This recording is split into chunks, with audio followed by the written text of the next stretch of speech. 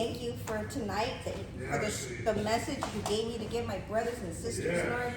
I'm just so excited to be able to share your message today. Hello, I'm Sabrina with Prosperity in Christ Church. Welcome to session 3 of Bible study concentrating on the Ark of the Covenant.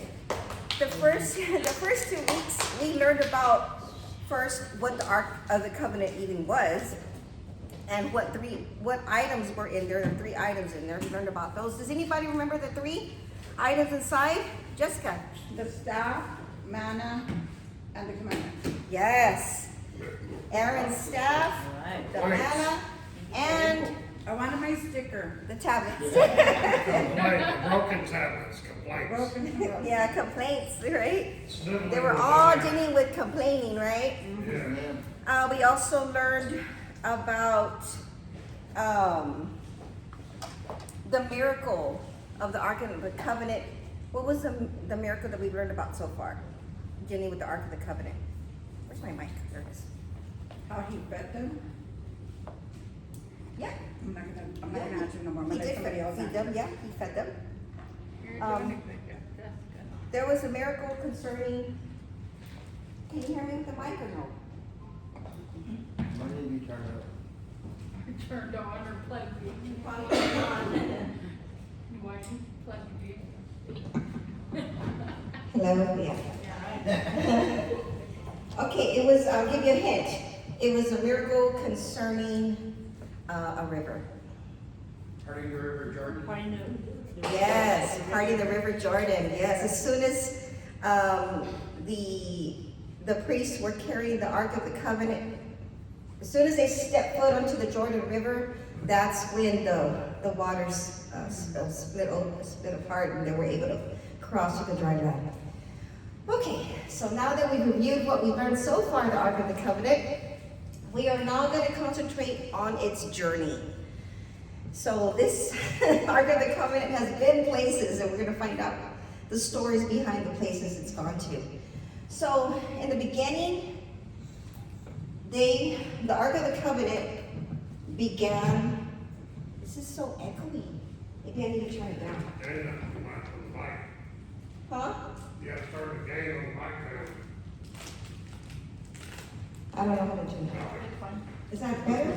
Let's do it. Okay, so in the beginning, the Ark of the Covenant was in the wilderness. How long were the Israelites traveling in the wilderness? Yes? 40 years. 40 years, yes. Good job, sister. Thank you. Then it finally crossed the Jordan River. It helped with the defeat of the city of Jericho, the walls coming down, right? Yeah. So they made it to the promised land, and once they settled, once all of the tribes settled where they needed to settle, because there were 12 tribes of Judah, then they selected a spot for the tabernacle to settle, to stay.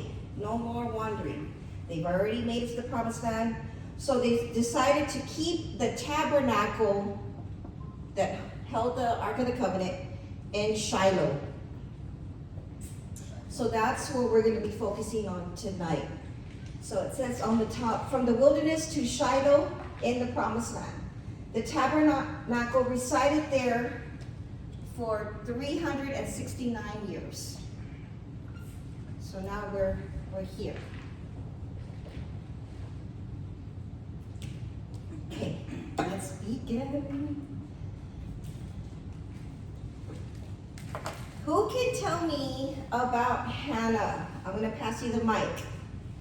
Give me a summary about Hannah. We didn't learn about Hannah, but a lot of us already know about Hannah. She lost her husband.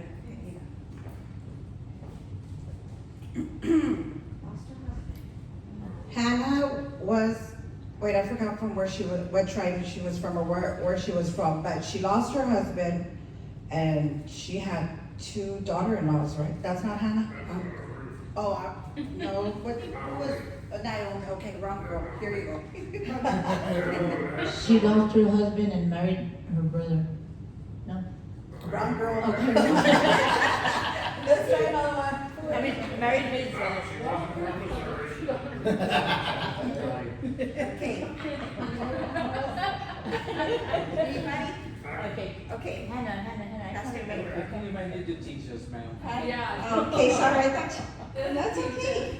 Well, Pastor May's gonna sum it up for us. Give us a hint. I'm gonna give you a hint. The priest thought she was drunk. Give me the I mic. never read that. Give me another hint. Hannah got drunk and buried her brother. Amen, hallelujah. Hannah wanted to have children, and she couldn't have children. And then the sister wife was always harassing her, giving her a hard time. And she, and then I'll leave it right there. That's a good place to pick up. Okay. She went to the priest and he blessed her. Yeah, go ahead. No, go ahead. Tell the story. Should have got her drunk, married her brother, No. Okay, so she was married, right? And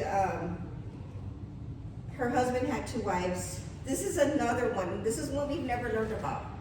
So maybe I should do a Bible study on her in the future. I'll go ahead and sum it up so that way we can focus on her at another time. She really wanted a son. She couldn't have any children. And she went to the temple she went to Shiloh, where the Ark of the Covenant was. Okay? And she went there to pray. And the priest, his name's Eli, he saw her praying, but she was praying in the spirit. Okay. So Eli is the priest. And since she was praying in the spirit, she was like mumbling and just talking like angel talk type of language. And he's like, this girl's drunk. Why is she here in the temple? She's all drunk, right? So he went up to her. He's like, Miss, like, you need to leave. You're drunk. Get out. You need to get out of here. Come another day when you're sober. And she says, no, I'm not drunk. I was just praying to God. I'm just so desperate. I want to have a child. And he's like, okay, I'll pray that you have a child. And so, sure enough, she ended up getting pregnant. And she had a son. And she was so happy that she had her son that she decided to just give her son. She promised her son to God. She promised her son to God. And the greatest prophet Israel came out of her. Yes, which was Samuel. So, Prophet Samuel. And did he anoint? Okay, that's all right. So then Samuel was, once she weaned him, and he was able to eat solid food, and he was able to, not need his mom so much, she took him back to Shiloh, to where the Ark of the Covenant was, and she left him with Eli, and she said, I'm just giving my son to you. I'm going to be coming and visiting him, but I want him to just serve the Lord. So that's Hannah. There's more to it. We'll learn about her more at another time. Okay, so Eli, the priest, unfortunately had wicked sons. Isn't that terrible, right? It's like, no, I'm a priest, but man, my sons. But yeah, that's how life is. It doesn't matter what occupation you have. You can still have great kids or terrible kids. So he had wicked sons.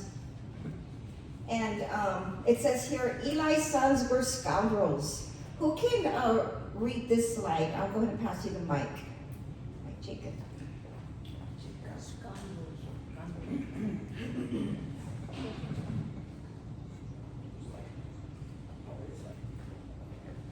Eli's sons were scoundrels. They had no regard for the Lord. Now it was the practice of the priests that whenever any of the people offered a sacrifice, the priest's servants would come with a 3-pronged fork in his hand while the meat was being boiled, and would plunge the fork into the pan or kettle or cauldron or pot. Whatever the fork brought up, the priest would take for himself. This is how they treated all the Israelites who came to Shiloh. But even before the fat was burned, the priest's servant would come and say to the person who was sacrificing, "Give the priest some meat to roast. He won't accept boiled meat from you, but only raw." If the person said to him, "Let the fat be burned first, and then take whatever you want," the servant would answer, "No, hand it over now, and if you don't, I'll take it by force." So what the priests were supposed to, hold on to that. So what the priests were supposed to do, they were supposed to boil the meat, and it would be the sacrifice to the Lord. Well, they decided that they wanted to, I can use the term pocketed the meat. They're like, no, we're not gonna, like the people would go and offer their meat, right? And they're like, no, we're not gonna put it in the pot yet. Just I want it raw. Just put it there on the side. And the reason he would do that, or they would do that, is because they knew that they could use that raw meat to cook at home for themselves, sell to people, and gain money. So they were pretty much disrespecting God's dedication, God's sacrifice by the people. So, and look at the last sentence. It says, the person who went to take his meat, he said, "Let the fat be burned first, and then whatever you want, you can take after." And then the priest said, "No, hand it over now, and if you don't, I'm going to take it by force from you." Can you imagine? Like, I would be, if I was someone who was going to the church to give, my sacrifice, and they told me, "Yeah, I'm going to take it by force from you," I would be hesitant about going back to give a sacrifice, right? Who wouldn't? Yes. It would be like us coming to church and coming to ask God for help, but we would have to take a sacrifice and say, "I need this, God, but here's my sacrifice." Yes. They would say, "No, wait a minute, dámelo a mí primero. Espérate, déjame. Yes. Sí, llévaselo a Dios." Exactly. Exactly. The best part of it. Good example. They had to go, they had to make sacrifices. They were under the Mosaic law. Yep. It wasn't an option, so regardless, they still had to go do that. Right. So this sin of the young men was very great in the Lord's sight, for they were treating the Lord's offering with contempt. That's a no-no, right? We skip on down. It says, "Now Eli," that was the priest, the father of the wicked sons. "Now Eli was very old, and he heard about everything his sons were doing to all Israel, and how they slept with the women who served at the entrance to the tent of the meeting. So he said to them, 'Why do you do such things? I hear from all the people about these wicked deeds of yours.' So these wicked sons of him would sleep with the ladies who were going to sacrifice what they needed to sacrifice, or maybe they even worked there, and they would just go and sleep with them and just be very disrespectful in the Lord's house in the tabernacle. Can you imagine? That was in the tabernacle. It was the tabernacle. They were in Shiloh. The tabernacle was in Shiloh. So they were in the tent of the meeting. So this word right here, tent of the meeting, if you look at the highlighted one, they slept with the women who served at the entrance to the tent of the meeting. The tent of the meeting is another word for the tabernacle. Wow. But here Eli is just asking them, "Why do you do such things?" He's just asking them, like, why are you doing that? He's not giving them any consequence. He's not punishing them. Think about it. Eli is not only their father, but he's also their boss, because his sons are priests as well. So the priests, his sons who are the priests, are under him. So all he's doing is like, "Well, why did you do that?" Not good enough. So then there comes a prophecy now against the house of Eli. It's not a very nice one. Who wants to read the prophecy against the house of Eli. Just, Jacob can pass the mic.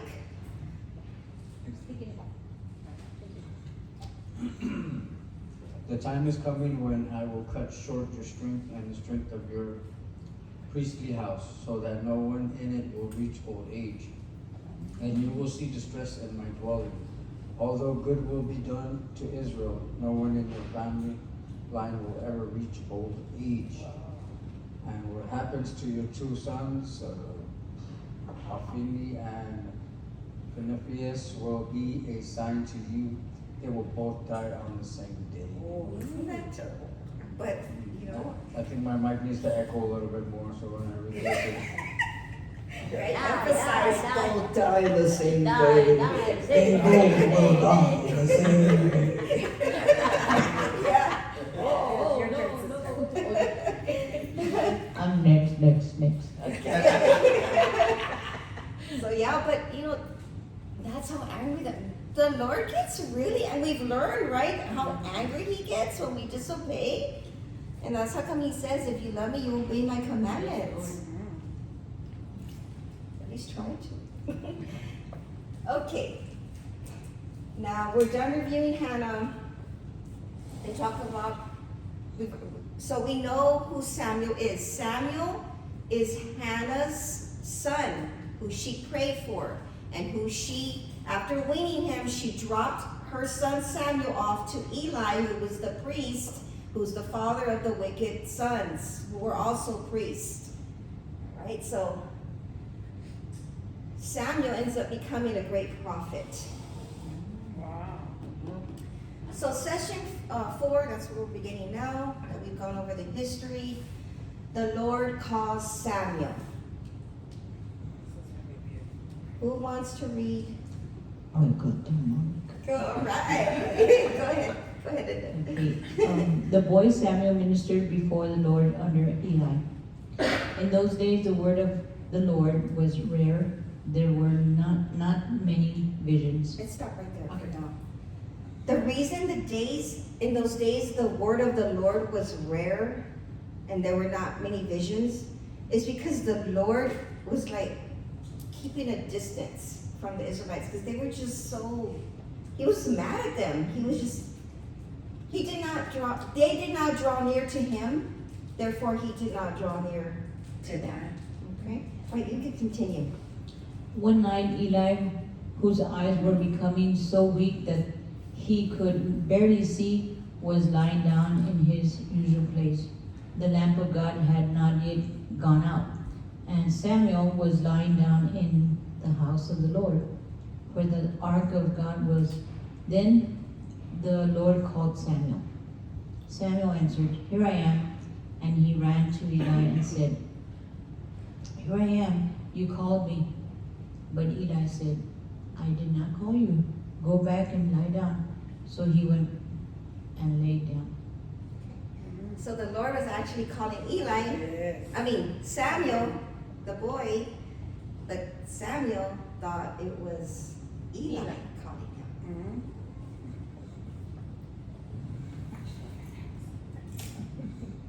So he says, "Here I am." Here I am. Oh, nice. Okay, Ashley. Again, the Lord called Samuel, and Samuel got up and went to Eli and said, "Here I am. You called me." "My son," Eli said, "I did not call you. Go back and lie down." Now Samuel did not yet know the Lord. The word of the Lord had not yet been revealed to him. So he was still little. And yes, he was there serving under Eli, helping Eli and doing all the duties helping with all the priestly duties. But it was not his time yet to become a prophet. So he's still little. So that's how come he didn't know it was God speaking to him. So it was neat. It's neat, right, that he slept where the Ark of the Covenant was. Isn't that something? Right next to it. Yeah.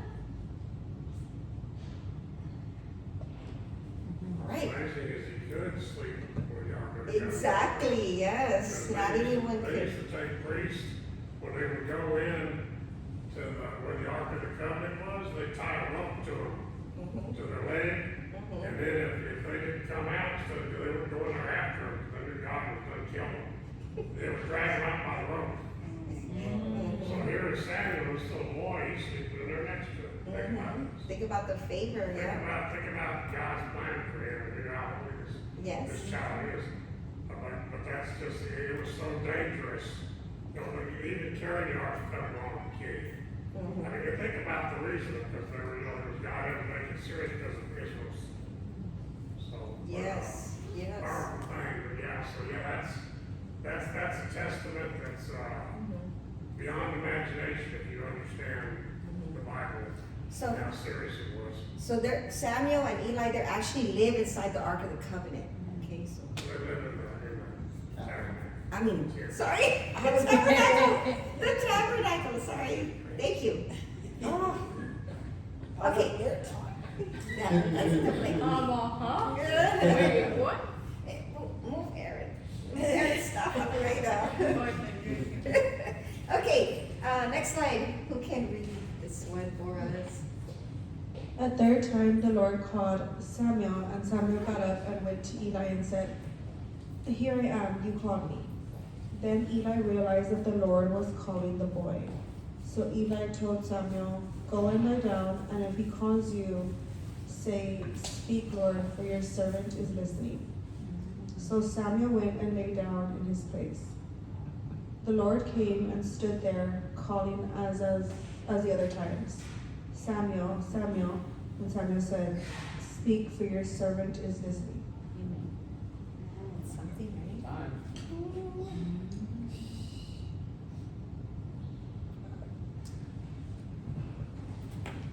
You can come up here, Mark, if you want to see better.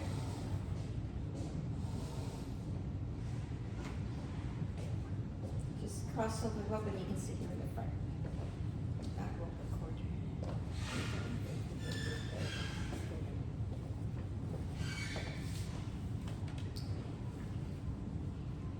And the Lord said to Samuel, "See, I'm about to do something in Israel that will make the ears of everyone who hears about it tingle." You can stop right there for now. Whenever they use that term in God's word about making the ears of everyone who hears about it tingle, that meant that something really bad was going to happen. Unfortunately. Okay. At that time, I will carry out against Eli everything I spoke against his family from beginning to end. For I told him that I would judge his family forever because of the sin he knew about. His sons blasphemed God, and he failed to restrain them. Therefore I swore to the house of Eli, the guilt of Eli's house will never be stoned for by sacrifice or offering. So, and they couldn't offer a sacrifice for their sins to be forgiven for what they did. It's like it's done. Like they're gonna pay for it, and they can't get out of it. So he's telling this little boy Samuel this. Samuel's like, "What?" Well, he's like, what's going on?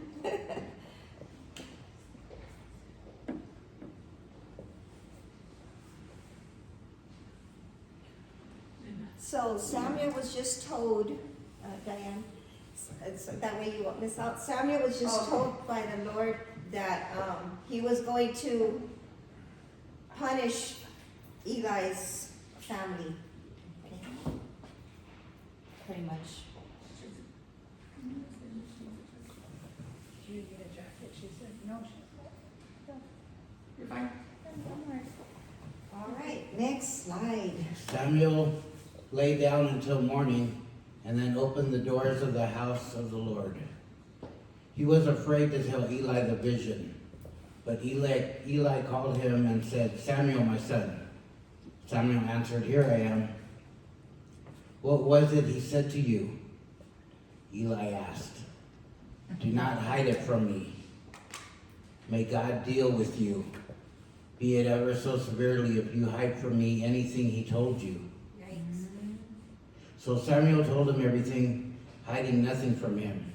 Then Eli said, "He is the Lord. Let him do what is good in his eyes." The Lord was with Samuel as he grew up, and he let none of Samuel's words fall to the ground. And all Israel from Dan to Beersheba recognized that Samuel was attested as a prophet of the Lord. The Lord continued to appear at Shiloh, and there he revealed himself to Samuel through his word. Thank you. So now God is revealing himself through his word, like he does today when he speaks to us when we're reading his word, right? Yes. He's no longer coming in a cloud above the mercy seat or anything like that. He's just revealing himself through the word.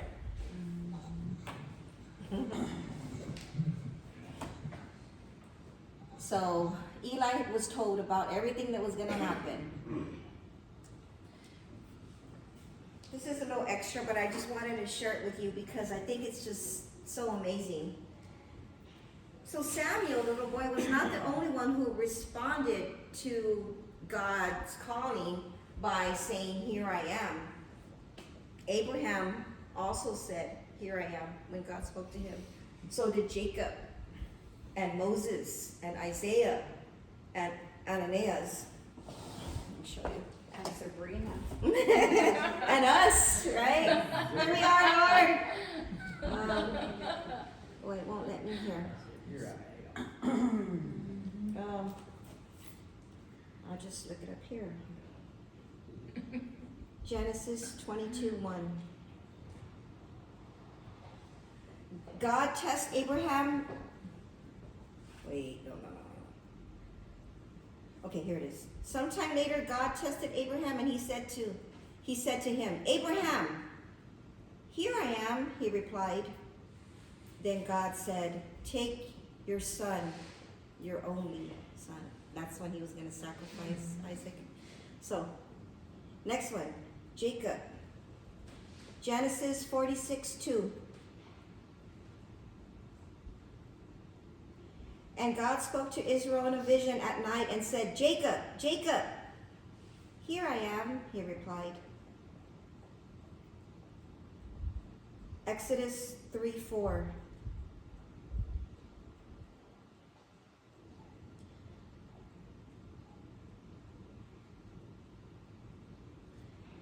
When the Lord saw that he turned away from the flock to look, God called to him, which was Moses, from the midst of the burning bush and said, "Moses, Moses."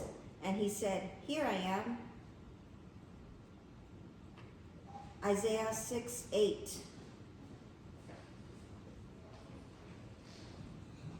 Then I heard the voice of the Lord saying, "Whom shall I send? And who will go for us?" And I said, "Here I am, send me." Ananias, oh sorry, no, that one. Acts 9:10.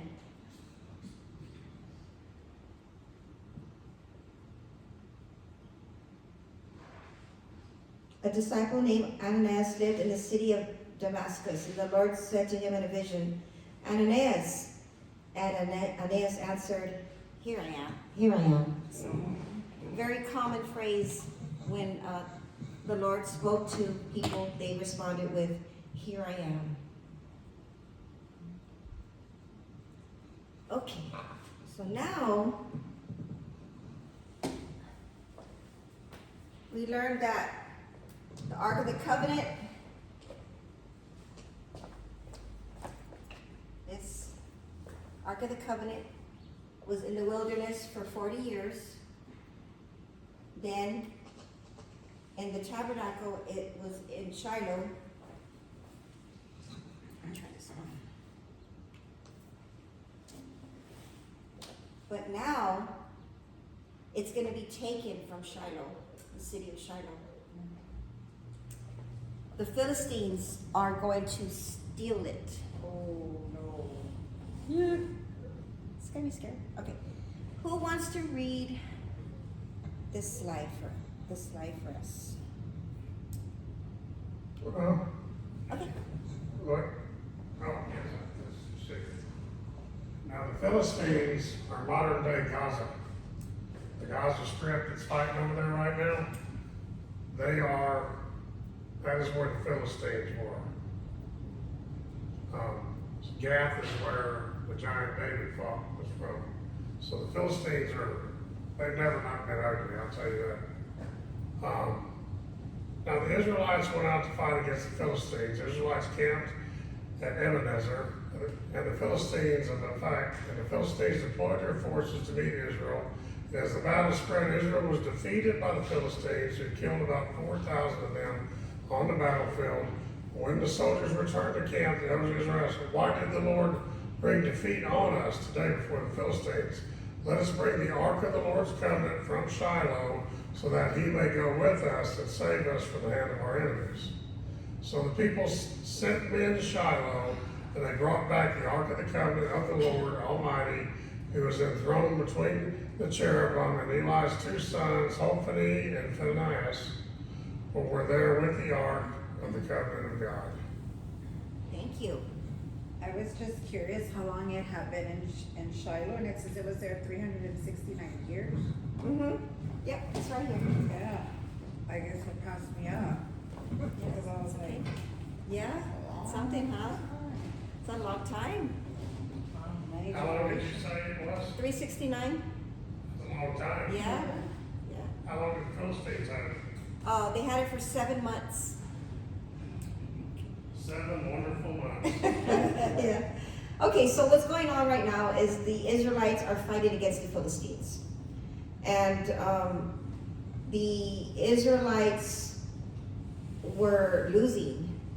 And so they're like, okay, let's go to Shiloh and pick up the Ark of the Covenant and bring it with us. Because I'm sure that we have the Ark of the Covenant with us, we're gonna start winning. Because God's presence, right? So they went to go take it. The Israelites themselves took it from Shiloh to the camp, the war, where they were at.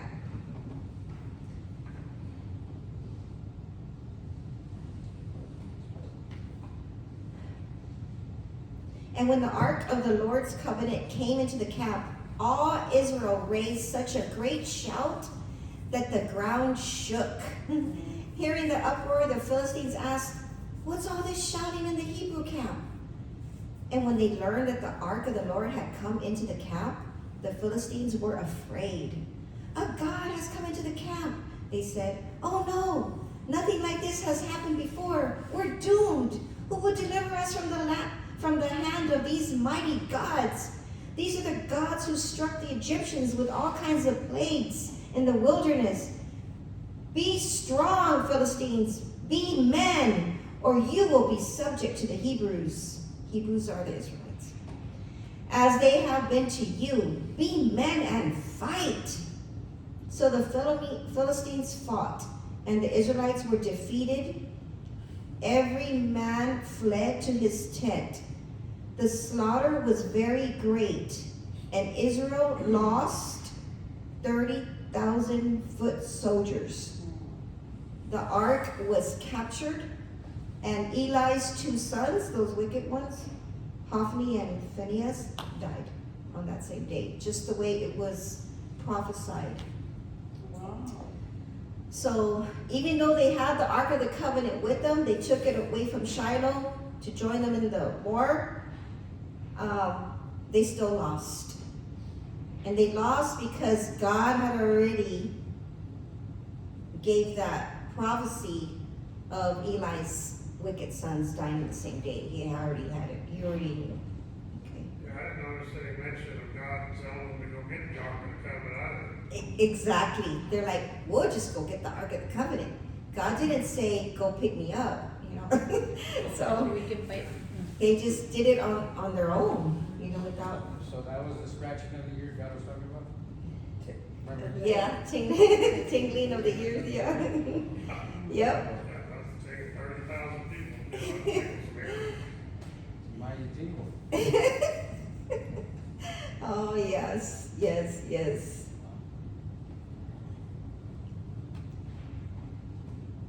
Okay, who wants to read this next slide? That the same day, a Benjamite ran from the battle line and went to Shiloh with his clothes torn and dust on his head. When he arrived, there was Eli sitting on his chair by the side of the road watching, because his heart feared for the ark of God. When the man entered the town and told what had happened, the whole town sent up a cry. You can stop right there.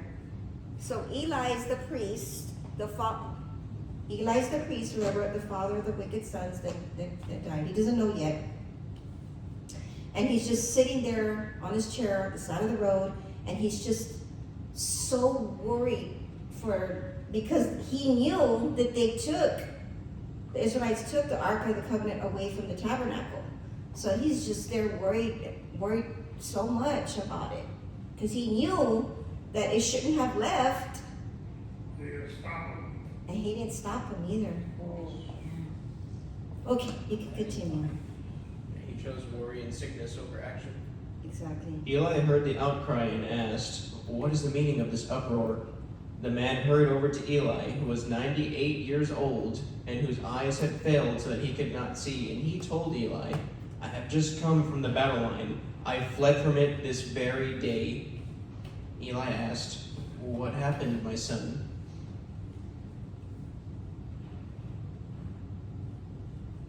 The man who brought the news replied, "Israel fled before the Philistines, and the army has suffered heavy losses. Also, your two sons, Hophni and Phinehas, are dead, and the Ark of the Covenant has been captured."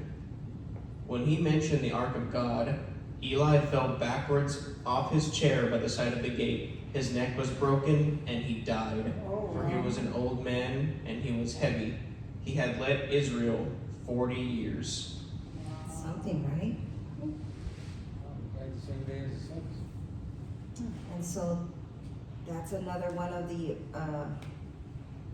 predictions that God made, saying that they were just, going to die. They're not going to live long. I mean, yes, he was already up in age, but he wasn't going to live much longer than that. And there it is. 85 or 80 something? I think so. I'm not 81. sure. And that's And he wasn't gonna young, live. right? Because back in the day, they lived hundreds Very of He long. years. said he wasn't gonna live much longer. Yeah, Mm-hmm. they're gonna But, have a short but his life. sons were gonna die the Yes. same day. Yes. He wasn't Together. gonna live either. Mm-hmm. So sad. So I like that song. the Lord, If the you Lord. play this, Remember, we have to pause you can't, and if we pause it, you're gonna lose this. Oh, Is it a copyright stuff? You're gonna have to, You can play it at the end. you have to do it at the end. yeah, I'll do it at the end. What time is it? Yeah, I'll do it at the end. There's no, Okay. So now,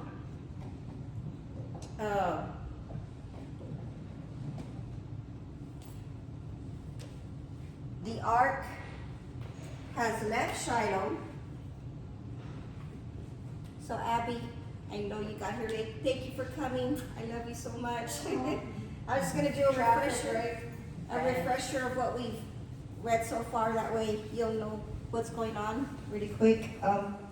So we are focusing on the journey of the Ark of the Covenant, because the Ark of the Covenant was in the tabernacle, but the Ark of the Covenant itself did not stay in one place the whole time.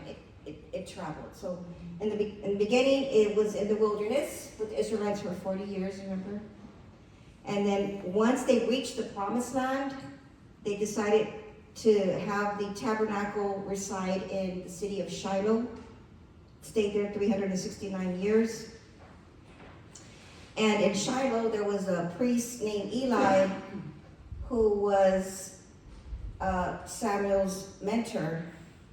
And Samuel was a miracle baby because his mom couldn't have any kids. And then his mom, Hannah, told the Lord, if you let me have a baby, I'll dedicate him to you. And so it came to pass. Samuel was born, and he lived in the tabernacle under Eli's guidance and instruction. Eli had wicked sons who were also priests, and they disrespected God's house. They disrespected the offerings and disrespected the people who were there. And the ark, yeah, and their father. And then we just learned about a battle that happened between the Israelites and the Philistines. The Israelites were losing, so they decided to go to Shiloh to pick up the Ark of the Covenant, because they thought, well, if we pick up the Ark of the Covenant, we're for sure gonna win. But God never told them to take it out of Shiloh. They just took it upon themselves to do that. Even after they took the Ark of the Covenant out of Shiloh, they still didn't win. And Eli's 2 wicked sons ended up dying. Eli ended up dying as well. And the Philistines have now captured the ark,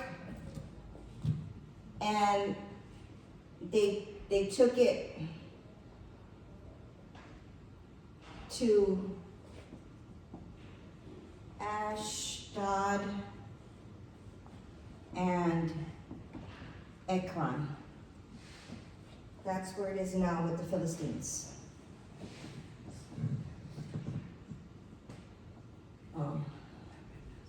Stole it or captured it.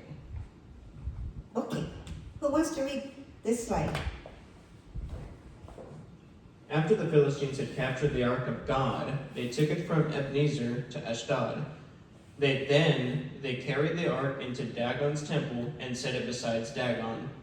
When the people of Ashdod rose early the next day, there was Dagon, fallen on his face on the ground before the ark of the Lord. They took Dagon and put him back in his place. So Dagon was actually a false god. So would it be Ebenezer was where the Philistines had taken it to? It says here, Because they stole it, right? So when they stole it, they took it. not the battlefield? I think that could be the battlefield. I'm Okay. not sure. Okay, and they took it to Ashdod. Yes. And that they took it to a temple belonging to that they used to worship a false god, a Philistine false god by the name of Dagon. They took it to Dagon's temple instead of like God's temple, the Ark of the Tabernacle.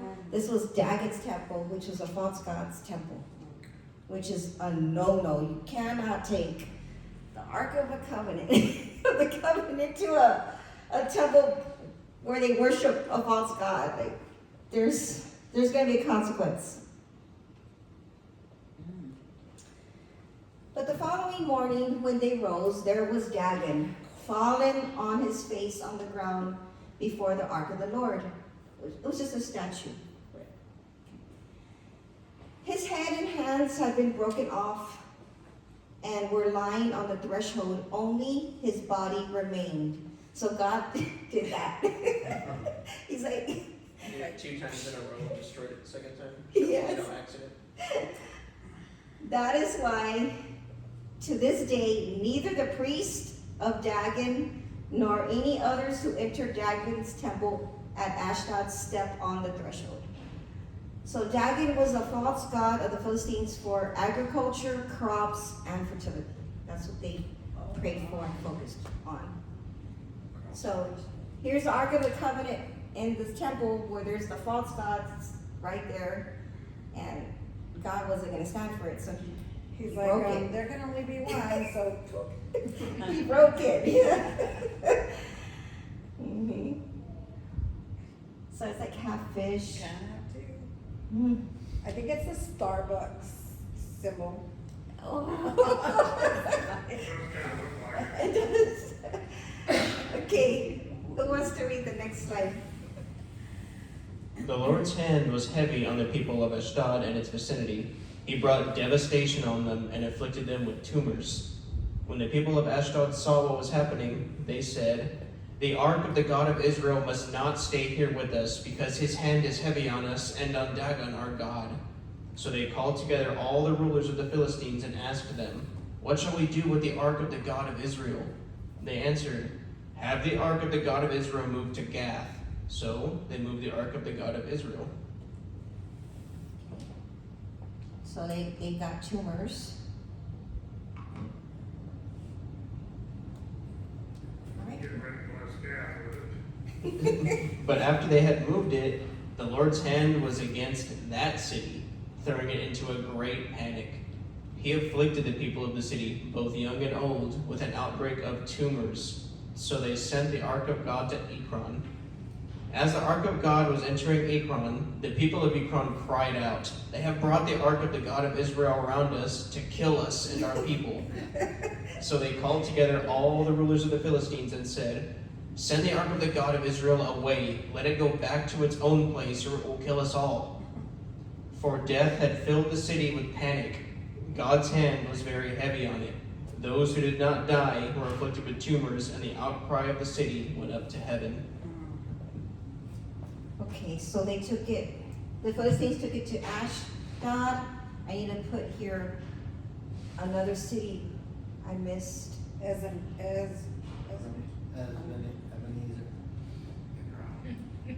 What is it? Gath? Gath and then Ekron. I have Ekron, but I don't have Gath. TH. G-A-T-H. Okay. All right. I'll let Rex have it everywhere it went. Okay, who wants to read the return of the ark back to Israel?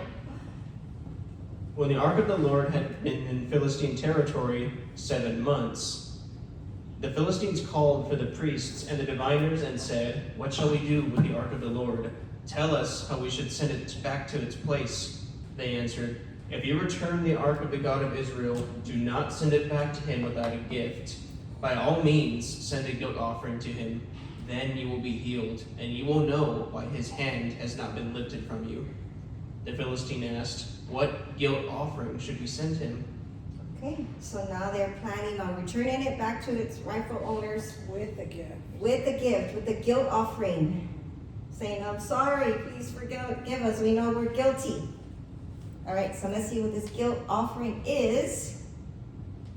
They replied, 5 gold tumors and 5 gold rats, according to the number of the Philistine rulers, because the same plague has struck both you and your rulers. Make models of the tumors and of the rats that are destroying the country, and give glory to Israel's God. Perhaps he will lift his hand from you and your gods and your land. Why do you harden your hearts as the Egyptians and Pharaohs did? When Israel's God dealt harshly with them, did they not send the Israelites out so they could go on their way? Okay. So that was their guilt offering, golden rats and golden tumors. Oh, man, that was big. Mhm. It's just gross. Yeah. I'm just like, oh. And it had to be 5. They probably had to play rats too and tumors, because if they had the tumors, tells you they had some problems they had. Mhm. But why would they make that as the guilt, like, what? It says here, Like here so you can have it forever, like we're sorry? Symbolic of what happened. symbolic. Oh, send it back, okay. It says here too that 5 gold tumors and 5 gold rats according to the number of the Philistine rulers. Oh. So I guess there were 5 Philistine rulers. And it was everybody that got struck. That too, yeah.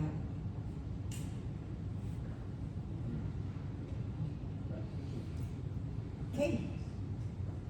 Next. They placed, Thank you. They placed the ark of the Lord on the court and along with it in the chest, containing gold rats and the models of tumors. Then the cows went straight up towards Beth Shemesh, keeping on the road and going all the way. They did not turn to the right or to the left. The rulers of the Philistines followed them as far as the border of Beth Shemesh.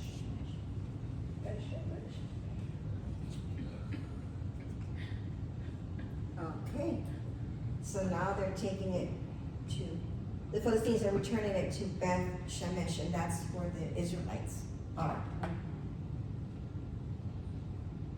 And it says, we will continue its arrival at Beth Shemesh on the next session, because that's a whole nother story, but so far, it's been a wilderness, first Shiloh, where Eli was with Samuel. Ashrod, after the Philistines stole it, they took it to Ashrod, Gath, and Ekron for 7 months. And then now they decided to return it, and now it's Beth Shemesh. So hold on, I'm going to play a song, because the Lord told me to play it for us.